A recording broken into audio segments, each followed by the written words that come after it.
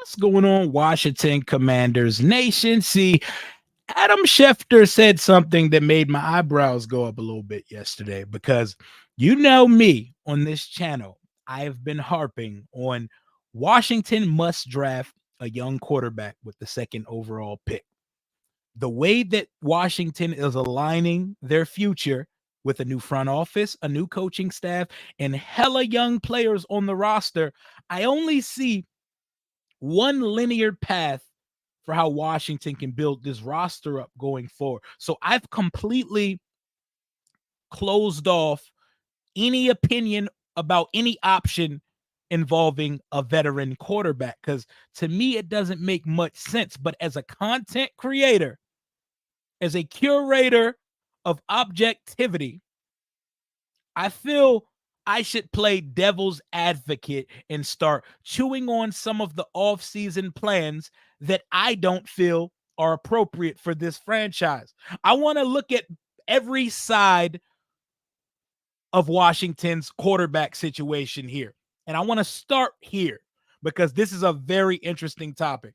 Adam Schefter was on Pat McAfee's show yesterday, and they were talking about Kirk Cousins choosing between Atlanta and Minnesota, and he randomly repeated twice. He said it twice for emphasis.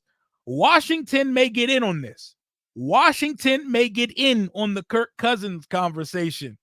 And that shit perplexed me, flabbergasted me, because I wouldn't even think Kirk would have any interest, one, or that we would have any interest in anything but a 21, 22, 23-year-old franchise quarterback going forward.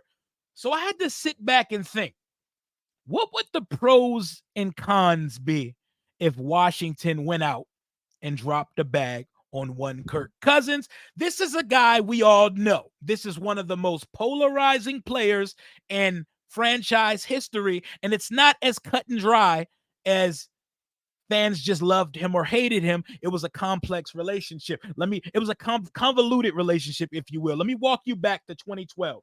Kirk Cousins was the spite child of Mike Shanahan. Mike Shanahan's hired to run things here in DC. He was given full autonomy to make all football decisions. Dan makes the decision. We're going to go balls to the wall. We're going to push all our cards to the table, and we're going to trade up for the Heisman Trophy winner. Mike Shanahan preferred Russell Wilson, Ryan Tannehill, and Kirk Cousins. He did not want to make this move up from 6-2 for Robert Griffin.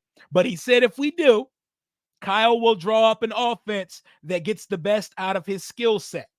And fans fell in love with the rookie year of RG3. And you could see the signs very early on that this was going to be wild. I remember standing at FedEx Field during the fourth round of the 2012 draft, the day we met RG3 in person for the first time, hearing us, the whole stadium got dead silent when our fourth round selection said Kirk Cousins, quarterback, Michigan State. It sent vibrations all through Ashburn. Did these niggas just select a second quarterback after trading 3 first-round picks to select the Heisman Trophy winner out of Baylor? Yes. Yes, the fuck we did. Because Mike Shanahan said, oh, bet you made me take a quarterback? Well, here's my insurance. Here is my State Farm. Here is my Geico for when this quarterback you made me trade for flames out. You're going to see that one of the guys I wanted was the much better professional. And say what you want about the lobster, Mike Shanahan, Kirk Cousins has had a significantly better NFL career than Robert Griffin. I know Robert Griffin tore his ACL during his rookie season, but players have tore their ACL and bounced back before. We're not going to give him that excuse. We're talking about a Kirk Cousins that's thrown for 40,000 yards in his career, 270 touchdowns to 110 picks. A career 98.2 quarterback rating. He was the closest quarterback Washington's had to throw for 30 touchdowns in a season since 1957 when Sonny Jurgensen did it. Say what the hell you want about Kirk Cousins. After his first couple appearances in spot duty where he struggled, he balled out for us for a couple years straight. He gave us 3 consecutive seasons of 4,000 yards passing, 25 plus touchdowns. His touchdown total 29, 25, and 27 when he was here. 4,100, 4,900, 4,100. 101 passer rating, 97 passer rating, 93 passer rating his last 3 years in Washington. Then he went to Minnesota where he went 4,230, 3,626, 4,235, 4,233 touchdowns, 4,529 touchdowns. And last year, in only 8 games, he threw 18 touchdowns and 2,300 yards. To put that into perspective, in 8 games, he outproduced Justin Fields as a quarterback, and he started like 12 or 13 games last year. Kirk Cousins was leading the league in passing like a couple weeks after his Achilles snapped in week 8 of the season. So Kirk Cousins became every bit of the franchise quarterback that Mike Shanahan envisioned him to be when he took him as the insurance option and spite child after they took Robert Griffin in the draft. He had some moments in Washington where he came up short in the clutch, including throwing a pick that ended our season versus the Giants his final year here in D.C. He took us to one playoff trip. We lost the game, but we did host a playoff game under Kirk. And we had a terrible record on prime time, but I feel like that was more of a Washington thing than a Kirk Cousins thing. But let's get straight to it. Let's get to the nitty gritty and the crux of this conversation. I'm going to give you why I feel it makes no sense for Washington to be interested in Kirk Cousins. And then I'm going to give you why I could see the vision and why it would make sense for Washington to pursue Cousins and free agency. Let's start with the why it doesn't make sense at all. Washington has hella cap room, almost $100 million in cap space. One of the youngest rosters in the league. More than half the roster is an impending free agent. We have a lot of holes, uniforms to fill on this roster. And Kirk Cousins is one of the best bag getters and money manipulators in the history of the league. I think the two players that have handled their finances the best in NFL history, it's Darrelle Revis and Kirk Cousins. Kirk Cousins and his agent, Mike McCartney, they get busy.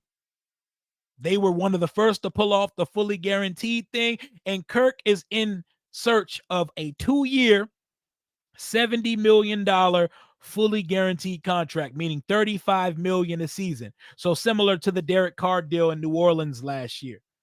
While it would not break us to do so, with all the needs we have on this roster and where we're picking in the draft, would spending $35 a year for a quarterback be feasible for Washington? Like, for real? And I'm going to take you at your word, Adam Peters and Josh Harris, when you say we're not trying to build this shit in a microwave. We're not trying to build it overnight. We want to create a true, sustainable, and consistent winning culture here. Going to sign Kirk, the optics would immediately look like we're chasing immediate success. We're chasing a wild card spot in 2024 rather than building a winner here for the foreseeable future.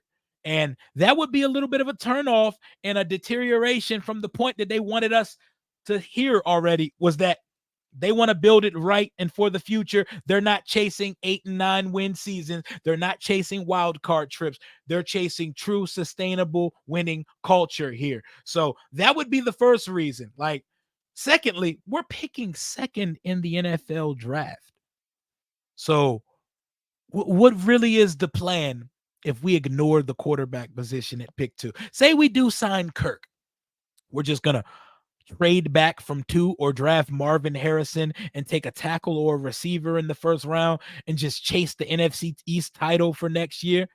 I just don't really understand the vision on that part. And from a fiscal standpoint, money is money. But the point of picking high and selecting a quarterback with the second overall pick of the draft is that getting a highly talented, more than capable franchise quarterback on 5 years of pennies of a discount. That's kind of the purpose of picking this high. That is the reason you draft a quarterback, so you can spend this money wisely. You told me you don't want to build a team through free agency. You want to supplement through free agency and build through the draft. this would be an early indication that we're already going and contradicting our words here. So that to me is why it would not make the most sense for Washington to pursue Kirk Cousins in free agency. Not to mention, he's coming off an Achilles tear. He looks good. He looks spry and limber and back on his feet. Kirk has had the best ability, which is availability, for the majority of his career. He's went this long, 12 years, without seeing a serious injury. It happened till last year where he finally got a bad injury. He popped his Achilles. So the fiscal standpoint, the injury, and the fact that we're picking second on a young rebuilding roster is why I would not want us to pursue Kirk Cousins. Why we would pursue Kirk Cousins? Because they could say, let's take a page out of the Green Bay Packers book. Green Bay had a succession plan for Brett Favre. His name was Aaron Rodgers. They had a succession plan for Aaron Rodgers. His name was Jordan Love. And Jordan Love just came out the gates a baller immediately after sitting for a couple years. Aaron Rodgers balled immediately after sitting for a couple years. The thinking of signing Kirk would mean we're going to sign him for a 2-year contract, but we're still going to draft a quarterback. We're still going to take May, McCarthy, Daniels, Penix. We're going to take somebody. I don't know. I can't be Penix or Nix because them niggas already need to play. They're like 25 already. They need to be on the field like now. But they could say Kirk is we can win now with him, but he can mentor and we can properly develop Drake Mayer, Jaden Daniels, and not rush them out on the field while we immediately compete on Sundays and return Kirk to a place he's already familiar with, he has ties with, and reunite him with the team that drafted him in a totally different situation. It's not the same people running the organization here now. There's no Bruce Allen. There's no Snyder here.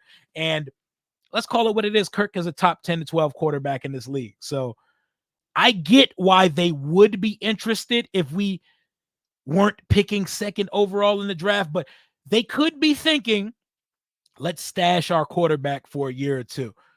Patrick Mahomes had Alex Smith. Kirk Cousins is better than Alex Smith. Kirk Cousins is not quite Aaron Rodgers or Favre, but Kirk Cousins is a top 10 quarterback. Kirk Cousins was producing like a top 5 quarterback before he popped his Achilles last year. I'm a big fan of Kirk Cousins. So this is an interesting conversation for me because I'm higher than most in the fan base when it comes to Captain Kirk. I am objective enough to admit that Kirk Cousins is the best quarterback of my lifetime as a Washington fan.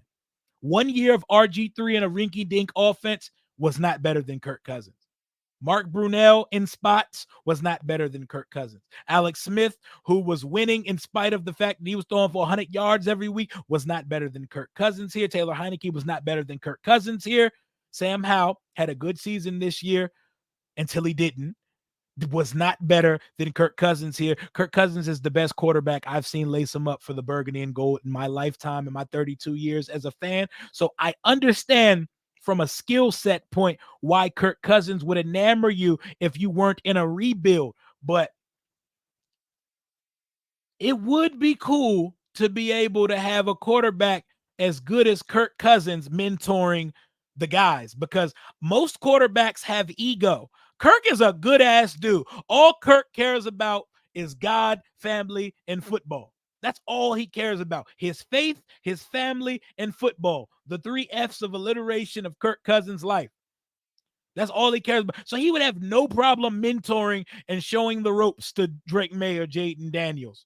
Or you could do the trade back option. Oh, we got Kirk now. Now we can add a bunch of picks. But I still feel like if Washington was to go out and do this Kirk Cousins option, you got to put a young quarterback behind him. Unless you, for whatever reason, believe Sam Howell is the guy, if he sits under Kirk for a couple years, it just doesn't add up to me. The pieces don't fit. The math ain't mathing to me. You go out and get Cliff Kingsbury, this young, innovative offensive mind, and then go bring back one of our old quarterbacks who's going to be in the middle of his 30s. Like, I just don't see the purpose of going out to acquire a depreciating asset when you have $100 million to spend and the second overall pick in the draft. It kind of defeats the it defeats the purpose of the draft positioning of picking second overall in the draft. But I get it, but I don't. I don't see this being what Washington does at the quarterback position. But if there's any veteran quarterback we do look at, Kirk's really the only one I'm interested in. I know Russell Wilson's going to cost pennies on a minimum deal because the Broncos ate $80 million just to get him off the roster. That's what you want to bring in here. You want to bring in a guy that a team hated so much they wanted to eat almost $100 million just to get him off the roster. A guy who alienates teammates because he's so fucking weird and he's such an ambassador, politician, robot that he doesn't relate to any of his teammates. We had a chance at Russell Wilson. He chose Denver. We don't want him now. And I'm not interested in Justin Fields despite the age and the upside. Justin Fields has not shown me in 3 years that he's a consistent enough passer. So if the veteran option does, for whatever reason, show up on the table, Kirk is the only guy you want to be in on. But for this specific 2024 Washington Commanders build, I don't see it as an advantageous option for this team to pursue my guy, Captain Kirk Cousins, Kirko Chains. I think he's going to take them chains, his new grill, and his beautiful family down to Atlanta, where I believe his wife is from, in a division that is food, the NFC South, to a familiar situation where he knows Kyle Smith and Raheem Morris from his time in Washington, and he's going to stay in the weaker conference in a weaker division, and he's going to go get the bag in Atlanta and get busy in the Mercedes-Benz Superdome out there in Atlanta. Don't see Washington going the Kirk Cousins route. Would understand it if they say we wanted to get him and put a quarterback behind him to learn and develop from a consummate professional such as Kirk Cousins, but don't see Washington going in this direction. Very interesting for Adam Schefter to put our name in that conversation. But what that does show me is that Adam Peters and company, there will be no stones unturned. We will be doing thorough due diligence of all options, and we're at least optics-wise putting everything on the table and staying close to the vest about what our decisions are going to be. It's a beautiful day in DC now that everything we do here is not immediately leaked. It's a new day in DC. Kirk Cousins, you're my guy for life. Still a big fan. Will always ride for you. Don't see a reunion in DC.